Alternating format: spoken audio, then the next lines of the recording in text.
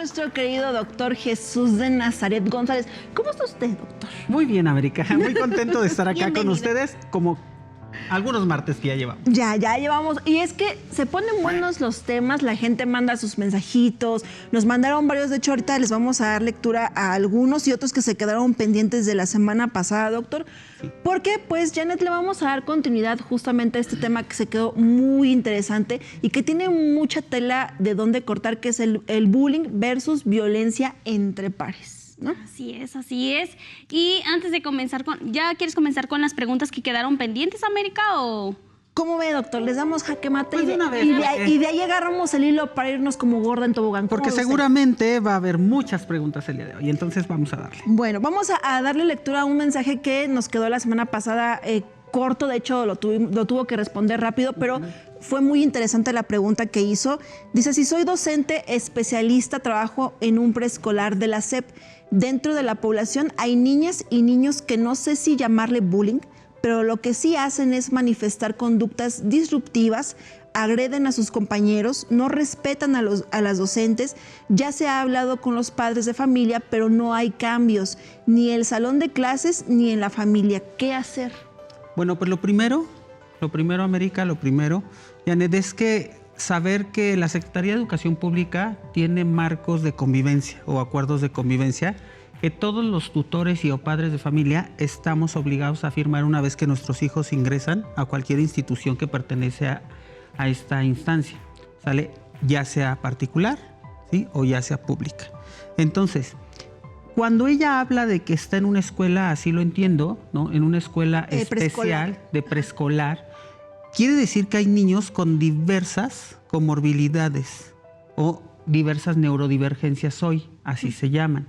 Entonces, ¿qué va a pasar? Va a pasar que hay que conocer la neurodivergencia a la cual nos estamos enfrentando, porque no podemos hablar de que se les ocurrió hoy en la mañana, ¿sí?, molestar a los niños porque tienen TDA, TDAH, porque tienen depresión, porque tienen ansiedad, porque pertenecen al espectro autista, etcétera. No, debemos conocer para saber que hay sintomatología que atiende a ciertos niños o niñas o infantes.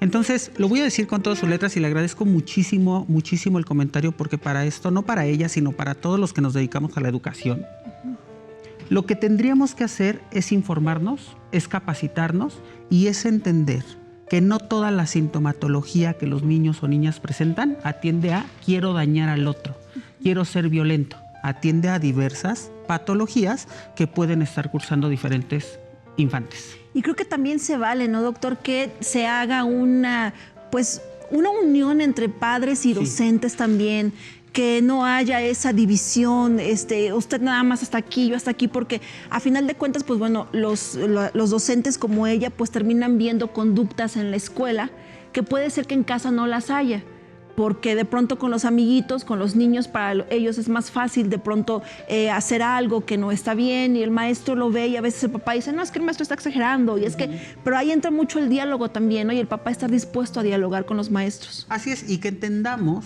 padres de familia, y que entendamos como los docentes, que lo que hace tanto el padre de familia como el docente siempre va a ser en beneficio del infante, del estudiante. Hay muchos docentes, muchísimos en preescolar, ¿no?, en kinder, en primaria baja, primaria alta, que ¿qué sucede? Que notas la pasión que tienen, todo lo que hacen por los niños, y la verdad es que yo lo reconozco muchísimo. Un saludo a la Miss Gaby, ¿no? Pero yo siempre lo reconozco muchísimo porque en verdad, que si los papás entendemos este quehacer, como bien lo decías, entonces la tarea dual va a ser mejor para incluso evitar el riesgo de violencia.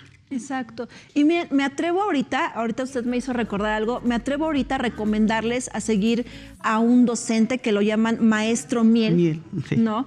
Síganlo en sus redes sociales porque él aborda estos temas con los niños de una forma muy puntual y con tanto cariño, como usted lo decía, el cariño que tiene él por la pasión que tiene por la docencia y la pasión que tiene por los niños. Entonces síganlo en sus redes sociales porque inclusive él hasta enseña a los niños cómo poner límites.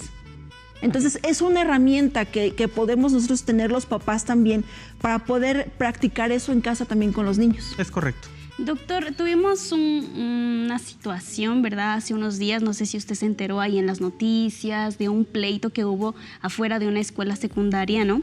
Y que incluso uno quedó herido pero ¿cómo intervenir? Porque se ven los videos que hay más adolescentes alrededor y se están riendo, nadie interviene, al contrario, incentivan a más violencia, ¿no? ¿Qué hacer en un caso de esos? Porque así uno se siente, bueno, yo viendo el video me sentía así como de, ¿por qué no hacen nada? ¿No?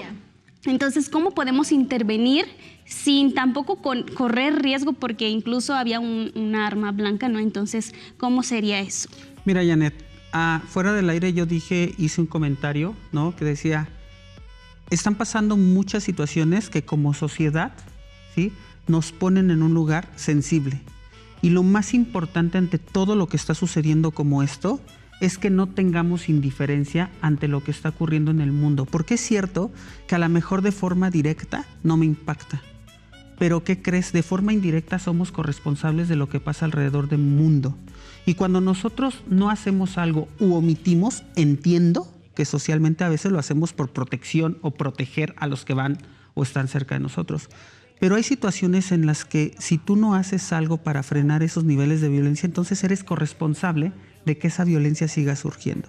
Entonces, lo primero, antes de dar cualquier, ¿no?, recomendación, es entender que como sociedad tenemos que ser responsables, empáticos y saber que lo que hago o dejo de hacer sí tiene un impacto global, desde mi trinchera que sea la que me corresponda. Acto seguido, si tú estás viendo un acto de violencia, tienes que buscar la forma de evitar a toda costa esos actos de violencia, dando, ¿no?, obviamente aviso a las autoridades correspondientes para que, pero también hay que decirlo. Y esta situación que tú mencionas, que la vi obviamente, ¿no?, que se hizo trending en redes sociales y demás, da impotencia, como lo decías, América, porque en casita tendrían que preguntarse qué pasaría si quien estuviera ahí fuera nuestro hijo, nuestra hija, nuestro primo, nuestra prima, nuestro hermano, nuestra hermana. ¿Qué nos gustaría que hicieran? Que alguien se metiera para evitar esos actos de violencia y que no, porque no sabemos, al menos yo ya no le di seguimiento y no sé cómo está en nivel de estado de salud, está fuera de riesgo, no de riesgo, etcétera, está etcétera, todavía, ¿no?, delicado. Pero el asunto es ese, América. El asunto es que desde mi lugar, como docente, como profesional del área de la salud mental, como acompañante en la parte espiritual, etcétera, ¿qué estoy haciendo para evitar que esto suceda? Y si yo fomento riéndonos, si yo fomento burlándonos, si yo fomento grabando y compartiendo, esto que es tan coloquial y tan trillado de la violencia genera violencia, ¿en verdad no saben cuánta violencia se genera a partir de la violencia, del no hacer nada, de la omisión